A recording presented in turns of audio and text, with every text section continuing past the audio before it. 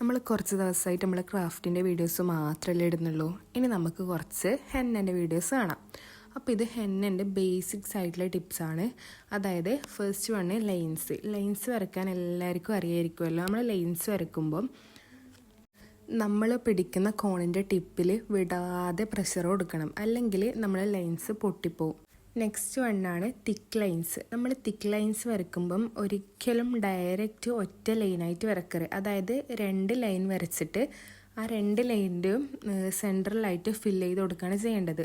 അല്ലാതെ തിക്ക് ലൈൻസ് ഒറ്റ ലൈനായിട്ട് വരക്കരുത്. ഒറ്റ ലൈനായിട്ട് വരയ്ക്കുമ്പോൾ നമുക്ക് ആ ഒരു പെർഫെക്ഷൻ കിട്ടില്ല. ദെൻ തേർഡ് വണ്ണാണ് ഹംസ് വരയ്ക്കുന്നത് നമ്മൾ വരയ്ക്കുന്നത് പോലെ വീതി കുറച്ചിട്ട് നീളം കുറച്ച് കൂട്ടിയിട്ട് വരയ്ക്കുന്ന പോലെ സിമ്പിളായിട്ട് ചെയ്യുന്നതാണ് ഹംസ്. നമുക്ക് ഹംസ് വരയ്ക്കുമ്പോൾ 2 രീതിയിൽ വരക്കാം. ഹംസ് മെഹന്തി ഡിസൈനിലെ ഏറ്റവും ഇമ്പോർട്ടൻ്റ് ആയിട്ടുള്ളൊരു പാർട്ടാണ്. അപ്പോൾ ഈ വീഡിയോ നെക്സ്റ്റ് പാർട്ടായിട്ട് ചെയ്യും. നിങ്ങൾക്ക് എന്തൊക്കെ ഡിസൈൻസാണ് വരയ്ക്കേണ്ടതെന്ന് കമൻറ്റ് ചെയ്യൂ.